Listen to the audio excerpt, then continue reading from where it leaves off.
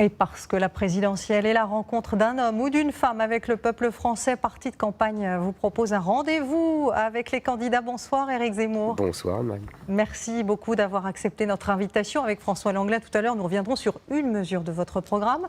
Vous le savez, nous avons aussi demandé aux Français ce qu'ils pensent de vous. Mais avant, une question sur votre actualité. Après Gilbert Collard et Jérôme Rivière, un autre membre du Rassemblement national vous a rejoint ce matin. Il s'agit du sénateur marseillais Stéphane Ravier.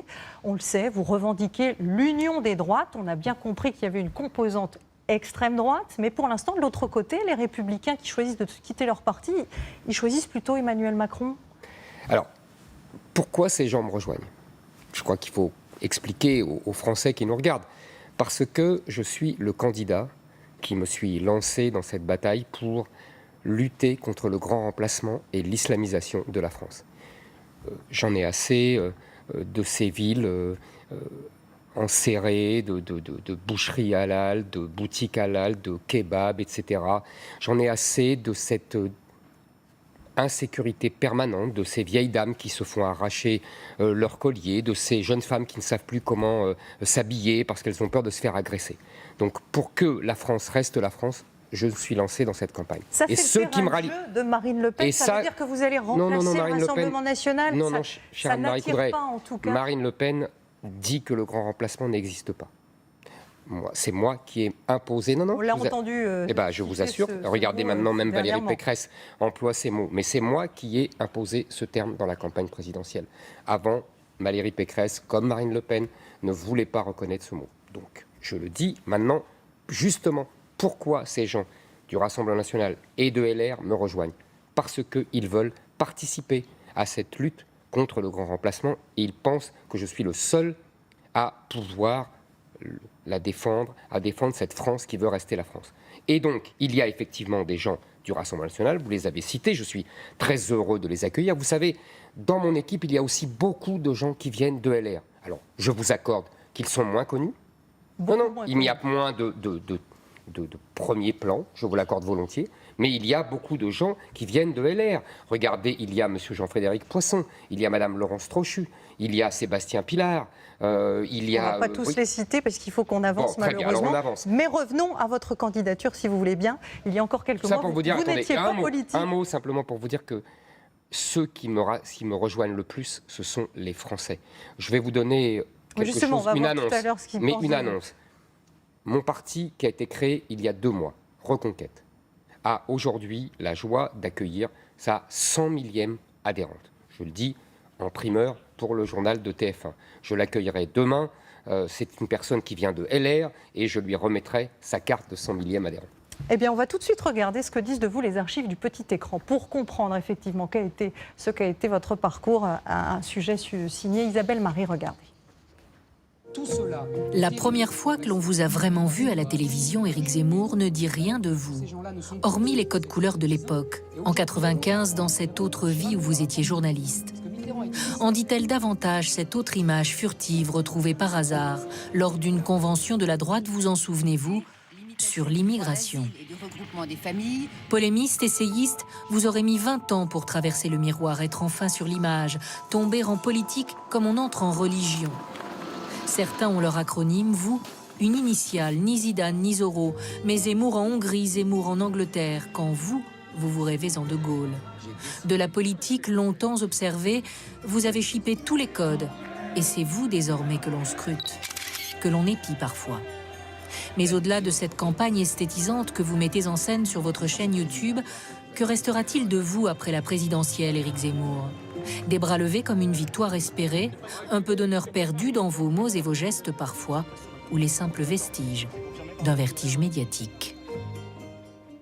Éric Zemmour, vous avez beaucoup changé ces derniers mois. Ces lunettes rassurantes que vous portez ce soir, ces bras levés à la Chirac qu'on a vu aussi, ce prompteur que vous utilisez désormais. Est-ce que vous avez endossé le costume du politicien? Ça y est, la mue est accomplie? Je vais vous dire, Anne-Marie Coudray, je ne suis pas... Anne-Claire, pardon. Anne-Claire, excusez-moi. Pourquoi je vous appelle Anne-Marie? Pardonnez-moi. Anne-Claire Coudray, je vais vous dire, je ne suis pas un politicien. Voilà, je ne suis pas un homme politique traditionnel. J'aurais pu rester journaliste, écrivain, polémiste, comme on dit. Mais j'ai estimé qu'il fallait vraiment sauver ce pays du grand remplacement que je vous ai décrit tout à l'heure. Donc, est-ce que j'ai les codes? J'espère, il y a des codes, j'espère que je suis meilleur orateur qu'au début, j'espère que j'applique mon programme, ma politique, mais je ne le fais pas comme un politicien, c'est-à-dire que je ne fais pas de promesses inconsidérées, et moi, en plus, je tiendrai mes promesses. Je tiendrai ce que je dis, ce que j'annonce. Ça fait une grande différence. Je ne suis pas là pour sauver mon parti, je suis là pour sauver le pays. Ce n'est pas la même chose. Justement, on va passer à vos annonces et on va accueillir François Langlais. On a choisi ensemble une mesure de votre programme économique. Si vous êtes élu, vous proposerez aux entrepreneurs de pouvoir verser des primes à leurs salariés. Bonsoir Éric Zemmour. Bonsoir François Langlais. Pour augmenter le pouvoir d'achat, vous voulez en effet supprimer les charges sociales patronales et salariales sur une prime qui pourrait atteindre 3 mois de salaire net pour tout salarié d'une entreprise.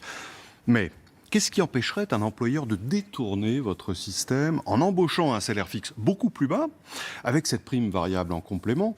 Le pouvoir d'achat n'y gagnerait rien, les augmentations de salaire mensuel n'existeraient pas et l'État y perdrait beaucoup compte tenu de la suppression des charges sur un tiers de la rémunération. Je vais vous répondre. Si vous me permettez, en 1 minute, je voudrais dire la philosophie générale de cette politique et je vous réponds précisément à votre question. Tout le monde parle du pouvoir d'achat depuis des semaines.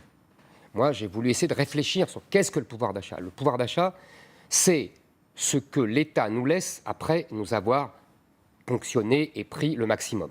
Et après, c'est ce qui nous reste après avoir payé nos impôts, nos charges, etc. Et pourquoi il ne nous reste pas grand-chose? Parce que l'État nous prend beaucoup, parce que nous sommes le peuple le plus taxé au monde. Deuxième chose, la conséquence de cela, c'est que nous avons pour tous les salariés un salaire net très bas, mais un salaire brut très haut. Donc, j'ai voulu trouver des mesures, et vous prenez celle-ci, mais il y en a d'autres, qui remontent le salaire net sans augmenter le salaire brut, parce que ça obérerait les entreprises et les chefs d'entreprise. Donc, j'en arrive à votre question. Des risques de détournement. Oui, j'ai bien compris. D'abord, cette prime peut atteindre, vous l'avez dit, un 13e mois, un 14e mois, un 15e mois. Donc, 3 mois maximum. Vous dites, le patron pourrait dire, bon ben, je te donne un très bas salaire, sauf que ça ne sera pas dans le contrat de travail, cette prime. Donc, effectivement, il faudra un accord en douce. Deuxièmement, mais attendez, le salarié n'est pas obligé d'accepter, parce qu'il n'est pas sûr d'avoir cette prime. Quand un entrepreneur a le choix entre une solution normale et une solution moins coûteuse, naturellement, il va vers la moins coûteuse. Mais cette prime, d'abord, n'est pas comprise, je vous le répète, dans le contrat de travail. Donc, le salarié, d'abord, il négocie son salaire. Deuxièmement, vous me dites, il n'aura plus d'augmentation, il n'aura plus de prime, etc. Ça ne pourrait être qu'une seule prime. Il ne pourrait pas cumuler les primes, les autres primes. Par ailleurs, vous me dites qu'il n'y a pas d'augmentation de salaire. Mais, cher François Langlais, vous le savez mieux que moi, depuis 20 ans, il n'y a plus d'augmentation de salaire. En France, nous avons augmenté en moyenne de 0,6% par an. Donc, ça ne remplace rien. Il n'y a pas d'augmentation de salaire. Enfin, vous me dites, mais ça détournerait de la sécurité sociale. Bien sûr, vous avez raison. Mais moi, ce que j'ai voulu, c'est permettre aux gens de récompenser le mérite. J'ai vu beaucoup de... Vous savez, ça fait des mois que je sillonne la France. Je vois des patrons, je vois des salariés. Et en fait, tous me tiennent le même discours. En gros, les patrons me disent, on aimerait bien récompenser les meilleurs. Vous voyez, leur donner des primes à ceux qui travaillent le mieux. Mais si on veut donner 5 000 euros, ça nous coûtera 4 000 euros en charge, donc ça fera 9 000 euros, on ne donne pas. Les salariés nous disent... On va devoir avancer. Non, mais c'est important. Bien sûr, je sais. Donc voilà pourquoi j'ai trouvé cette solution. Il y en a d'autres, comme vous le savez, mais cette solution me paraît vraiment très efficace pour permettre aux salariés d'avoir une amélioration de pouvoir d'achat sans tuer les entreprises. Alors très rapidement, vous savez que dans cette émission, on demande aux Français ce qu'ils pensent de vous. Voici leur réponse par Adrien Gindre et notre partenaire l'IFOP. Regardez. Tout d'abord, votre image personnelle, Éric Zemmour. Plus de 2 Français sur 3 vous voient comme quelqu'un d'agressif, d'arrogant et d'intolérant. Dans le même temps, 1 sur 2 dit que vous travaillez, que vous êtes dynamique et courageux. À noter tout de même, les femmes vous donnent un score 10 points inférieur aux hommes sur les adjectifs positifs. Passons à présent sur le terrain politique. 64% des personnes interrogées disent que vous les inquiétez. 62% que vos idées sont dangereuses pour la France. Regardons maintenant la perception sur des thèmes qui vous sont chers. Si vous êtes élu, 39% des Français pensent que vous assurerez leur sécurité. 36% que vous défendrez la place de la France dans le monde. En conclusion, nous avons posé la question essentielle. Avez-vous l'étoffe d'un président de la République? Seuls 25% des personnes interrogées disent oui.